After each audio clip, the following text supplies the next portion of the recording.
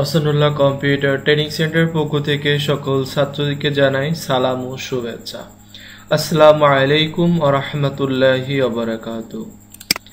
আজকে আমরা Microsoft Office 2016 open করা শিখব এবং ইউজার ইন্টারফেস সম্পর্কে সুন্দর একটি ধারণা নিব। স্টার্ট মেনুতে ক্লিক করব, দেন আমাদের এই অল প্রোগ্রামসের ভিতর থেকে আমরা স্ক্রলিং করে নিচে চলে আসব। আসার পরে আমাদের কাঙ্ক্ষিত সফটওয়্যারটি সামনে আসবে, আসলে আমরা ক্লিক করব, দেন ব্ল্যাঙ্ক ডকুমেন্টসে ক্লিক করব, এটা ক্লোজ করে দেব। এটা মাইক্রোসফট অফিস 2016 এর user interface. Microsoft Office Word আমরা ওয়ার্ড প্রসেসিং প্রোগ্রাম হিসেবে জানি। ওয়ার্ড প্রসেসিং প্রোগ্রামটা বা মাইক্রোসফট 2016 মাইক্রোসফট যত সফটওয়্যার আছে সেই সমস্ত সফটওয়্যারের মাদার সফটওয়্যার, অর্থাৎ মাইক্রোসফট অফিস 2016 যদি আমরা ভালোভাবে না কমপ্লিট করতে পারি তাহলে অন্যান্য সফটওয়্যারগুলো আমরা ভালোভাবে কমপ্লিট করতে পারবো না।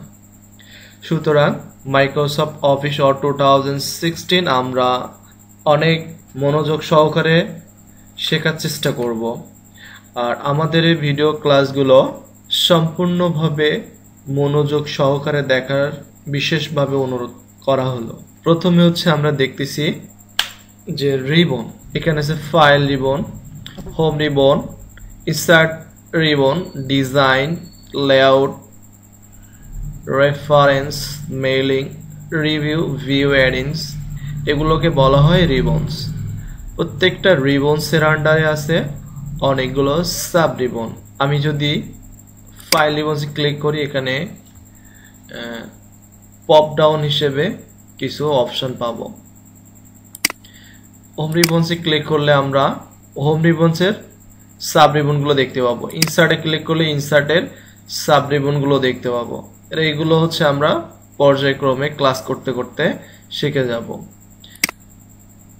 ডিজাইন রিবনসের ভিতরে ক্লিক করলে ডিজাইন রিবনসের সাব রিবন দেখতে পাবো।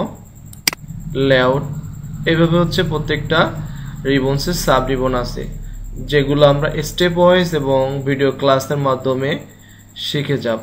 তারপরে আমরা দেখতে পাচ্ছি মাইক্রোসফট অফিস প্রোগ্রামটি অন করলে প্রথমে এইখানে ডকুমেন্ট একটা টেম্পোরারি নাম থাকে, তারপরে ওয়াট, এটা যে প্রোগ্রামটা আমরা অন করব সেই প্রোগ্রামটার নাম থাকবে।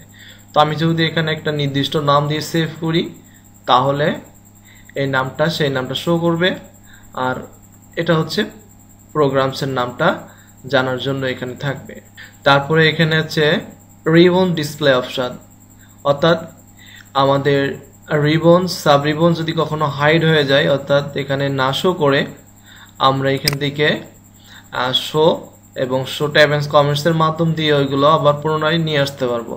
অর্থাৎ এই যে রিবনগুলো আমরা দেখতে পাচ্ছি, সাপোজ লেআউট রিবন এবং লেআউট রিবন সাব রিবন। তারপর মিনিমাইজ, মিনিমাইজ করলে এরকম ভাবে আমাদের সফটওয়্যারটি টেক্সট বারে মিনিমাইজ হবে, আবার ক্লিক করলে অন হবে।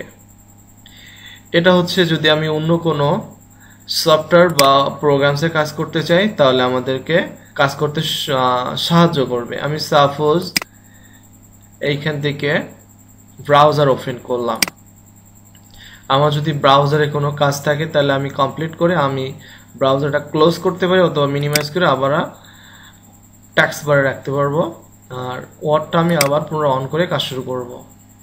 দেন তারপর রিস্টোর ডাউন বা ম্যাক্সিমাইজ, এটা যদি ক্লিক করি তাহলে আমাদের মাইক্রোসফট সফটওয়্যারটি বা অফিস প্রোগ্রামটি এইভাবে ছোট আকারে আমরা যে কোনো জায়গায় মুভ করতে পারবো লেপটপের ভিতরে। এটা বিশেষ বিশেষ কাজে অবশ্যই প্রয়োজন হয়। সাপোজ দুইটা ডকুমেন্ট পাশাপাশি রেখে যদি কোনো কিছু এডিট টাইপের করে লিখতে চাই বা আমি এই সাইডে কোনো কিছু হচ্ছে দেখে লিখতে চাই, কোনো ফিক্সারে কোনো কিছু থাকলে সেটা দেখে, এমন দুইটা পাশাপাশি আর কি ম্যাক্সিমাইজ করে আমরা কাজ করতে পারবো। তারপর যে ক্লোজটা হচ্ছে একবারে কেটে ক্লোজে বেরিয়ে আসবে। তারপরে নিচে দেখতে পাচ্ছি প্লাস অর্থাৎ জুম, আমি প্লাস চিহ্নতে যে ক্লিক দেই আমার পেজটা জুম হবে, অর্থাৎ আমার কাজ করতে সুবিধা হবে এই লেখালেখিগুলো দেখতে এবং বুঝতে। আর যদি মাইনাস করি তাহলে এখান থেকে ছোট হয়ে যাবে, এখান থেকে আমাদের লিখতে এবং দেখতে একটু অসুবিধা হবে। সো সবসময় হচ্ছে আমরা একটা ভালো সাইজের জুম করে রাখবো। তারপরে এখানে কিছু লেআউট আছে, যেমন রিড মোড, অর্থাৎ আমি যদি কোনো টেক্সট শুধু পড়তে চাই তাহলে এটাতে ক্লিক করলে আমাদের এরকম শুধু রিড করার জন্য চলে আসবে। এখানে আমার কোনো ডকুমেন্ট নেই তাই আর বা কোনো টেক্সট নেই বলে বুঝতেছি না। আর এটা হচ্ছে প্রিন্ট লেআউট, আমরা প্রিন্টের জন্য বা কাজের জন্য যে লেআউটটাতে বা এই যেটা দেখতে পাচ্ছি এরকমভাবে কাজ করার জন্য আমরা এই লেআউটটা ইউজ করি। তারপর আছে ওয়েব লেআউটটা দিলে এরকম শো করবে, অর্থাৎ আমরা সামনের ক্লাস আছে এখনো ভালোভাবে জানার চেষ্টা করব। তো প্রিন্ট লেআউটে ক্লিক দিলাম।